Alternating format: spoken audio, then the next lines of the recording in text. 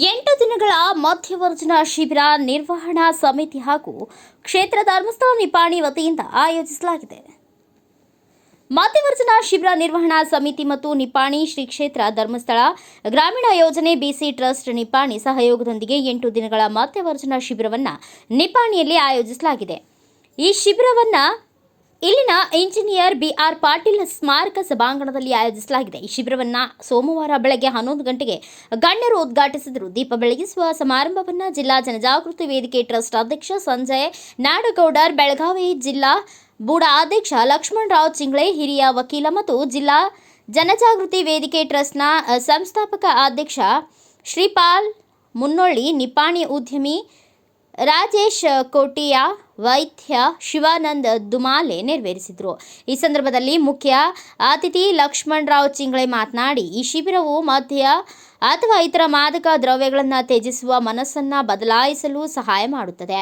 ಇದು ಜೀವನವನ್ನು ಬದಲಾಯಿಸುವ ಶಿಬಿರವಾಗಿದ್ದು, ನಿಪಾಣಿ ಪ್ರದೇಶದ ಯುವಕರು ಈ ಶಿಬಿರದಲ್ಲಿ ಪಾಲ್ಗೊಳ್ಳುವ ಮೂಲಕ ಇದರ ಪ್ರಯೋಜನವನ್ನು ಪಡೆದುಕೊಳ್ಳಬೇಕು. ನಕಾರಾತ್ಮಕ ಮನೋಭಾವದ ಬದಲು ಸಕಾರಾತ್ಮಕ ಮನೋಭಾವ ಹೊಂದಿದರೆ ನೀವು ವ್ಯಸನದಿಂದ ಮುಕ್ತಿ ಪಡೆಯಲು ಹೆಜ್ಜೆ ಇಡಬಹುದು.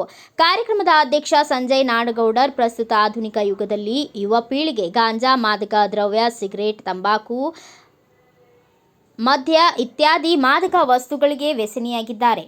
ಈ ಚಟದಿಂದ ಮುಕ್ತರಾಗಲು ಅವರಿಗೆ ಈ ಶಿಬಿರದಲ್ಲಿ ಸಹಾಯ ಮಾಡಲಾಗುತ್ತಿದೆ ಎಂದು ಹೇಳಿದರು. ಈ ಸಂದರ್ಭದಲ್ಲಿ ಶ್ರೀಪಾಲ್ ಮುನ್ನೊಳ್ಳಿ, ಮಹಾದೇವ್ ಬರ್ಗಾಲೆ ಕೂಡ ತಮ್ಮ ಅಭಿಪ್ರಾಯ ವ್ಯಕ್ತಪಡಿಸಿದರು. ವಿಠಲ್ ಸಾಲಿಯಾನ್, ಸಂದೀಪ್ ಸಂಕಲ್ಪ್, ಅನಿಲ್ ಪಾಟೀಲ್, ಅನಿತಾ ಮಹೇಶಾಲೆ, ಎಲ್ಬಿ ಖೋತ್, ಬಾಬುಸಾಬ್ ಪವಾರ್, ಲಕ್ಷ್ಮಿ ಮಗದುಮ್, ಯೋಜನಾಧಿಕಾರಿ ಮಂಜುನಾಥ ಎಚ್, ಭಾಸ್ಕರ್ ಎನ್, ಶಿಬಿರಾಧಿಕಾರಿ ದಿನೇಶ್ ಮರಾಠಿ, ವಿವಿಧ ಸಂಸ್ಥೆಗಳ ಪದಾಧಿಕಾರಿಗಳು ಈ ಕಾರ್ಯಕ್ರಮಕ್ಕೆ ಹಾಜರಾಗಿದ್ದರು. ಕಾರ್ಯಕ್ರಮದ ಕೊನೆಯಲ್ಲಿ ಕೃಷಿ ಮೇಲ್ವಿಚಾರಕರು ಸುರೇಶ್ ಹಲ್ವರ್ ಧನ್ಯವಾದ ಅರ್ಪಿಸಿದರು. ಬ್ಯೂರೋ ರಿಪೋರ್ಟ್ ರಾಜು ಮುಂಡೆ, ಭಾರತ ವೈಭವ news, Nippani. Thanks for watching. Read, discuss and debate with editor Dr. Yan Prashant Rao. Wanted reporters in print, digital and visual media for Bharat Vaibhav Daily Newspaper, BV News 5 Channel and BV Fast Web News from all the talukas of Karnataka, Goa and Maharashtra.